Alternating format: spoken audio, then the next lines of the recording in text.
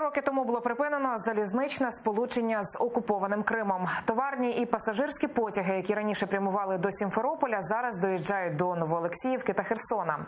У 2014-му в РНБО припинення залізничного сполучення назвали тимчасовим і пояснили тим, що Україна не може відповідати за безпеку своїх громадян на окупованій території.